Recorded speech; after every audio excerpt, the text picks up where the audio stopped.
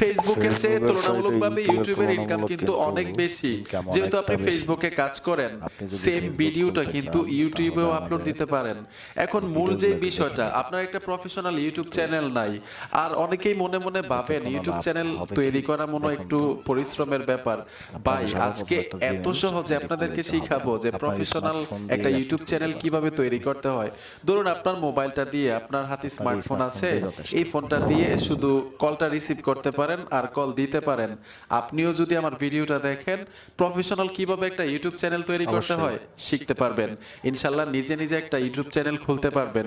তো চলুন আমরা বকবক না করে মূল ভিডিওতে চলে যাই। ইউটিউব চ্যানেল তৈরি করার জন্য আপনার মোবাইলে একটা গুগল অ্যাকাউন্ট থাকতে হবে। গুগল প্লে স্টোরে চলে আসবেন। আমারও আগে থেকে গুগল অ্যাকাউন্ট করা আছে।